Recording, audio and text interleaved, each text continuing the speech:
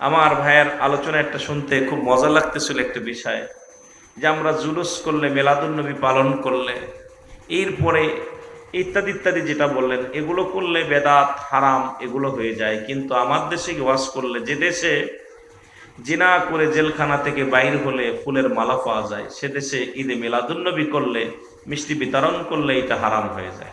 জোরে বলেন ঠিক কি না? অসংখ্য ওলামা একরাম বাংলাদেশে মিষ্টি খাওয়া খাই করছে। এটার কি জানেন আসল উদ্দেশ্য ছিল? ব্যভিচার করে জেলখানায় ঢুকেছে, সেখান থেকে বাইর হওয়ার পর মিষ্টি বিতরণ হয়েছে। আর আমরা রাসূল আগমনে আমরা মিষ্টি বিতরণ করি, তাবারক বিতরণ করি। এটা হারাম করে দিছে আমার দেশের কিছু ফতুয়াবাজেরা। জোরে বলেন ঠিক কিনা? দুঃখ না এটা? আমার কথা বুঝতেছেন? কি করে গেছে? ব্যভিচার করে, অন্যায় করে, জুলুম করে। এক কথায় সারা আমার দেশে দেখলাম, আমার এলাকায় দেখি মিষ্টি বিতরণ করে। আমি জিজ্ঞাসা, ভাই কিসের মিষ্টি? কয় বোঝেন নাই, আমাদের শায়েক আজকে নতুন আলো দেখছে। আমি কাম সারছে। আমার নবী আসলে, নবীর ভালোবাসায়, নবীর আগমনে আমরা জুলুস করলে দোষ, আমরা তাকবীর দিলে দোষ। অথচ রাসূল বলছে, আমি দেখতেছি অচিরেই একদল আশেক বাইর হবে তাদের জবানে পূর্ব দেশ থেকে। কোন দেশ থেকে? জোরে বলেন কোন দেশ? কথা বলতে কষ্ট হচ্ছে? আমি প্রতিটা কথা বলতেছি, আমার খুব কষ্ট হচ্ছে, যেহেতু আমার গায়ের মধ্যে ব্যথা। তো যেটা বলতেছিলাম, রসুল বলছে পূর্ব দেশ থেকে একদল আশিক বাইর হবে, তাদের জবানে থাকবে নারাই তাকবীর, আল্লাহু আকবার, নারাই রিসালাত, ইয়া রাসূলুল্লাহ। সুবহানাল্লাহ বলেন না? আর একটু জোরে বলবেন, নাচতে কইবেন। পূর্ব দেশ বলতে বাংলাদেশের পরে আর কোনো মুসলিম কান্ট্রি নাই। বাংলাদেশের পরে আর কোনো মুসলিম কান্ট্রি নাই। আর পূর্ব দেশের শেষ প্রান্তের মানুষ হলো চট্টগ্রামের মানুষ। যেটা বলেন ঠিক কিনা? এই জন্য চট্টগ্রামের মানুষ নারায় রিসালাতের পাগল বেশি, নারায় তাকবীরের পাগল বেশি। যেটা বলা যাবে না ঠিক কিনা? এখান থেকেই সেই কাফেলা শুরু হবে। এখান থেকেই সেই কাফেলা নারায় রিসালাত, নারায় তাকবীর ধ্বনি দিতে দিতে মদিনার মনোয়ারায় পৌঁছে যাবে এই আশিকে রাসূলেরা। যেটা বলা যাবে না সুবহানাল্লাহ? সুতরাং এই জন্য বাংলাদেশের মানুষ, বাংলাদেশের বাতিলপন্থী মানুষেরা, ওরা পাগল হয়ে গেছে চট্টগ্রাম ঠেকাও। কারণ চট্টগ্রামের সুন্নি যদি একবার খেপে যায়, চট্টগ্রামের জুলুস যা শুরু হয়েছে, এমন মানুষ, বৃষ্টি নাই, বাদল নাই, ঝড় নাই, তুফান নাই, খানা খোড়া ল্যাংড়া সব রাস্তায় নেমে রাসূলের আগমনে ভালোবাসায় আমরা কি করি?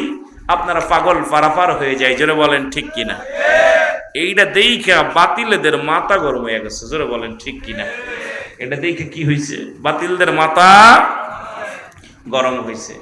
আমি বড় আনন্দিত যে আমার রাসূলের আশিকগুলো চট্টগ্রামের জমিনে আছে। আমি অত্যন্ত খুশি হই চট্টগ্রামের জমিনে আসলে, যে অসংখ্য আল্লাহর ওলিদের জমিন। এই জমিনটা আপনারা শুনলে অবাক হইবেন, যারা জ্ঞানীগুণী আছে। চট্টগ্রাম শহরটা কয়েকটা ফাটল দিয়ে আছে, যে কোনো মুহূর্তে সমুদ্র হয়ে যেতে পারে, যে কোনো মুহূর্তে নদী হয়ে যেতে পারে। কিন্তু অসংখ্য আল্লাহর ওলিরা থাকার কারণে এই জমিন যেমনি আছে এমনিই থাকবে। সুবহানাল্লাহ বলেন না? আর একটু জোরে বলেন। কষ্ট হচ্ছে? আমার কথা না, জ্ঞানীদের কথা, বৈজ্ঞানিকদের কথা, যে চট্টগ্রামের জমিনটা কয়েকটা ফাটল দিয়ে রাখছে, যে কোনো মুহূর্তে ধসে যেতে পারে। কিন্তু তারা ভুলে গেছে যে এই জমিনের মধ্যে আল্লাহর মাহবুব বান্দা শুয়ে আছে, তাদের কোনো চিন্তা নাই, ভাবনা নাই। আর এই জমিনের ধস নামাইলে আল্লাহ অন্য জায়গাও নামাইতে হবে। জোরে বলেন ঠিক কিনা? এই জমিনের বড় দাম।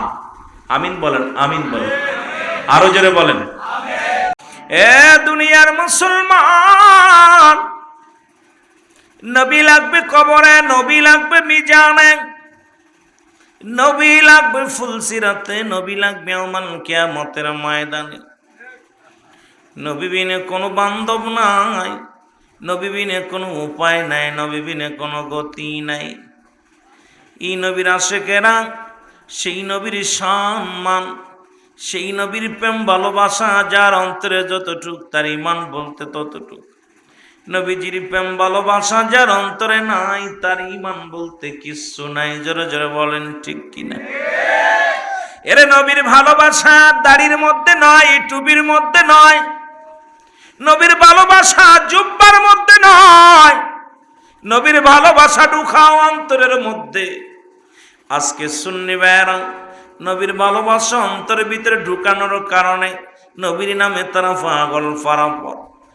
সুন্নি ভাইয়েরা নবীর ভালোবাসার হৃদয়ের ভিতরে ঢুকানোর কারণে বাড়ি ছেড়েছে, ঘর ছেড়েছে, সংসার ছেড়েছে, নবীর নামে পাগল পারাপার হয়ে গেছে। জোরে বলেন ঠিক কিনা? আরো জোরে বলেন। যে কথা বয়ানী সাহেব বলতেছিল, মুসলমান শোনে, একটা হলো ঈমান আর একটা হলো আমল। এ ভাই, একটা হলো আমল, একটা হলো ঈমান। রুহুবিহীন বডির যেমন মূল্য নাই, ঈমানবিহীন কোনো আমলের মূল্য নাই। রুহুবিহীন বডি যেমন, এই পৃথিবীর মধ্যে মানব দেহের অমূল্য সম্পদের নাম হলো ঈমান, আর ব্যক্তির জীবনের অমূল্য সম্পদের নাম হলো মুসলমান রুহু। এই মুসলমান শুনে নেন, ব্যক্তির জীবনের অমূল্য সম্পদের নাম রুহু। এর সব জায়গায় হাত আছে, পা আছে, চোখ আছে, সব কিছু ঠিক আছে, রুহুটা নাই। এই বডির কোনো দাম নাই, ঠিক কিনা? আছে না মিছে? সব ঠিক আছে, অঙ্গ প্রত্যঙ্গ সব ঠিক আছে মুসলমান, শুধু রুহু জিনিসটা নাই। এই বডির কোনো মূল্য নাই। কিন্তু পাওয়া না থাকলেও চলবে, হাত না থাকলেও চলবে। কত মানুষের হাত নাই, কত মানুষের চোখ নাই, কত মানুষের কান নাই, কত মানুষের একটা হাত নাই, পা নাই, মুসলমান একটা অঙ্গহীন। মুসলমান তবু রুহু থাকার কারণে ওই ব্যক্তি জিন্দা, ওই বডির দাম আছে। মুসলমান ঈমানবিহীন কোনো আমলের মূল্য নাই। এখন আজকে আমাদের সমাজে ঈমান আছে, আমল নাই।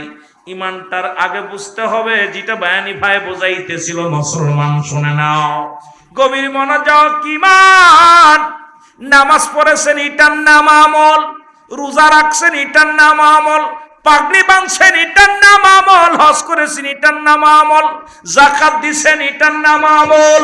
পৃথিবীর মধ্যে আমল করেছেন, কিন্তু ঈমান নাই। ঈমানটা হলো নবী মুহাম্মদুর রাসূলুল্লাহ সাল্লাল্লাহু আলাইহি ওয়াসাল্লাম। যার ভিতরে নবী নাই, ওই ব্যক্তির আমলের কোনো দাম নাই। জোরে জোরে বলেন ঠিক কিনা? তোর নাম শুনিয়া হইলাম গো পাগল, দিদার পাইলাম না, তোমার নাম শুনিয়া হইলাম পাগল, দিদার পাইলাম না।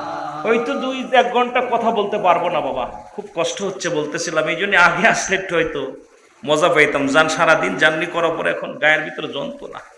তা সমস্ত বাংলাদেশে, আপনাদের দেশে বড় পাগড়ি টুপিওয়ালারা দেখি আমলে ভরপুর। আইরে আমল, তাহাজ্জুদের নামাজ পড়ে, এরপরে ওই আপনার ওই দেখা যায় তাসাউতের নামাজ পড়ে, কত নামাজ আর তসবিহ টিপতে টিপতে কপালে এত না বড় দাগ হয়ে গেছে।